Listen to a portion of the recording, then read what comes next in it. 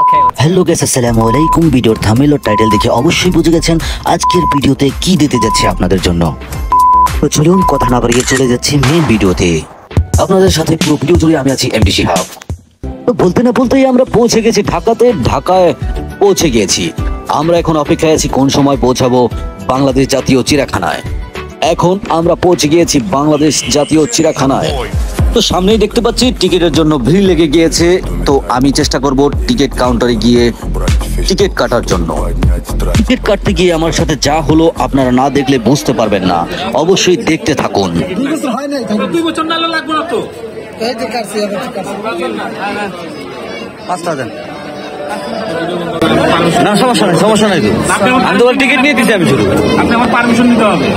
তো সে আমার সাথে রীতিমতো ঝগড়া করেছে। আমি তার সাথে কথা না বাড়িয়ে চলে আসলাম ভিতরে। টিকিট নিয়ে ভিতরে চলে আসলাম সোজাসুজি। ভিতরে ঢোকার সাথে সাথে আমরা দেখতে পারলাম কি সুন্দর পরিবেশ, কি সুন্দর ভিউ। আপনি কল্পনা করতে পারবেন না ভিতরের অংশটা এত সৌন্দর্যে ঘেরা। জানি না ভিতরে কতটুকু সৌন্দর্য আছে, যদিও আমি ছোটবেলায় একবার এসেছিলাম আব্বুর সাথে। এখানে আমার হাতের বাম পাশে আছে হরিণ।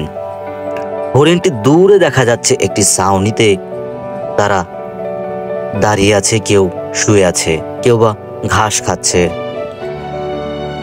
যদিও বা ক্যামেরায় পুরোটি আমি রেকর্ড করে দেখাতে পারিনি। এখন আমরা চলে যাব সামনের গেটের দিকে। এই গেট দিয়ে আমি একটু আগে প্রবেশ করেছি। আমার হাতের ডান পাশে আছে টয়লেট, মহিলা টয়লেট এবং কি পুরুষ টয়লেট। এই গেট দিয়েই আমি একটু আর বেরিয়ে যাব। তো চলুন যাই ভিতরের অংশগুলো দেখানোর চেষ্টা করি আপনাদেরকে।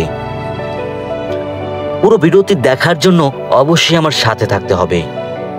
আমি আছি আপনাদের সাথে এমডি শিহাব। পরিবেশটি কেমন লাগছে অবশ্যই আমাকে কমেন্ট করে জানাবেন। হাতের ডান পাশে আছে মসজিদ এবং হাতের বাম পাশে আছে ইনফরমেশন নেওয়ার জন্য কাউন্টার। এখানে নানা মানুষ, নানা জন এখানে আসে।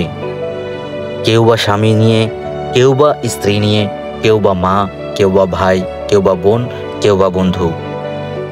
তেমনি আমি এসেছি আমার ফ্যামিলিকে নিয়ে।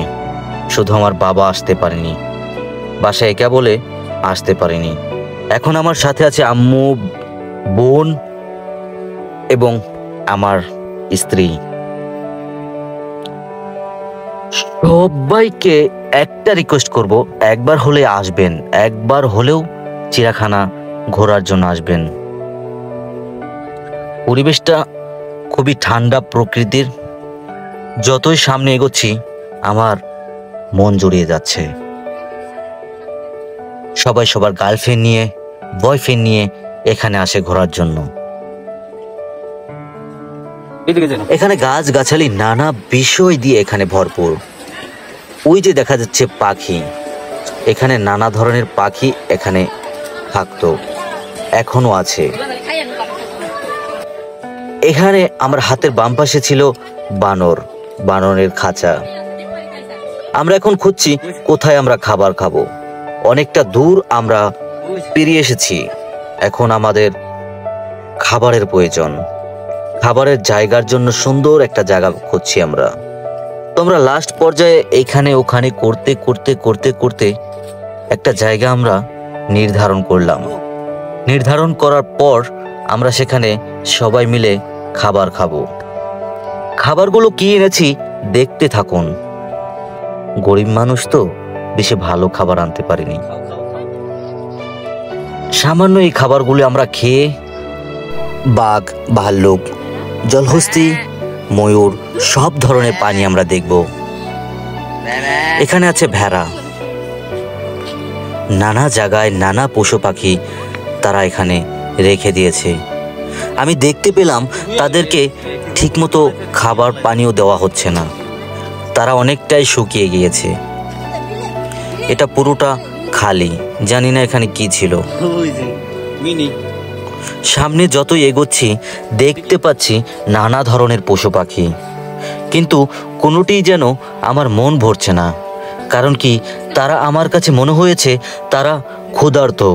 আমার মনে হয় না আমি সারাদিন ঘুরে শেষ করতে পারবো, তবুও চেষ্টা করছি পুরোটা ঘুরে দেখার জন্য।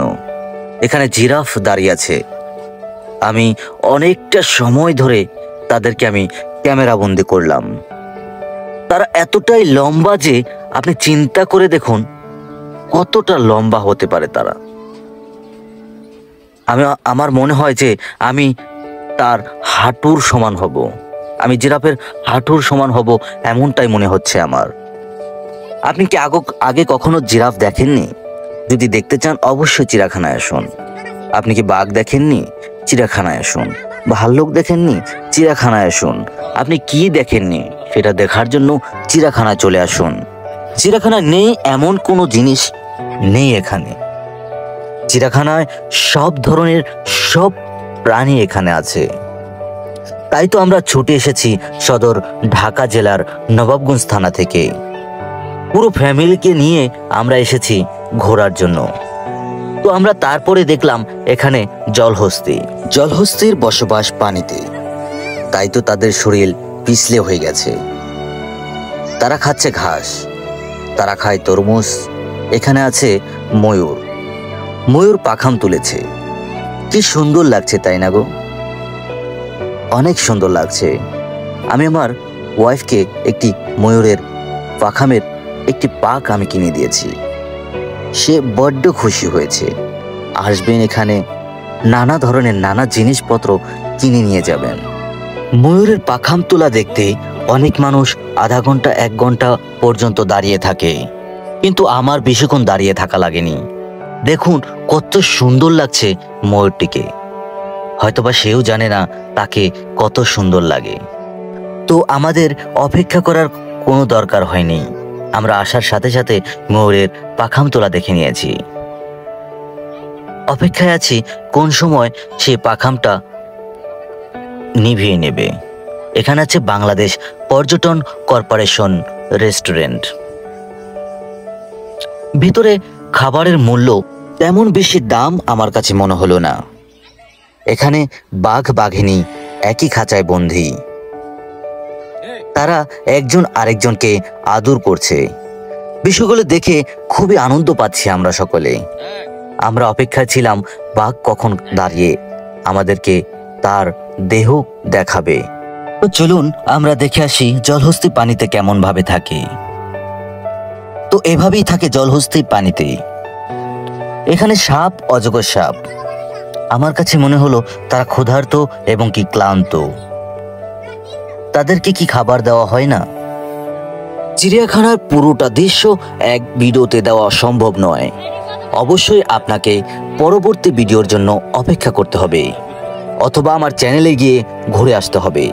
তাই তো বিদায় নিচ্ছি আমি মোহাম্মদ শিহাব। আল্লাহ হাফেজ।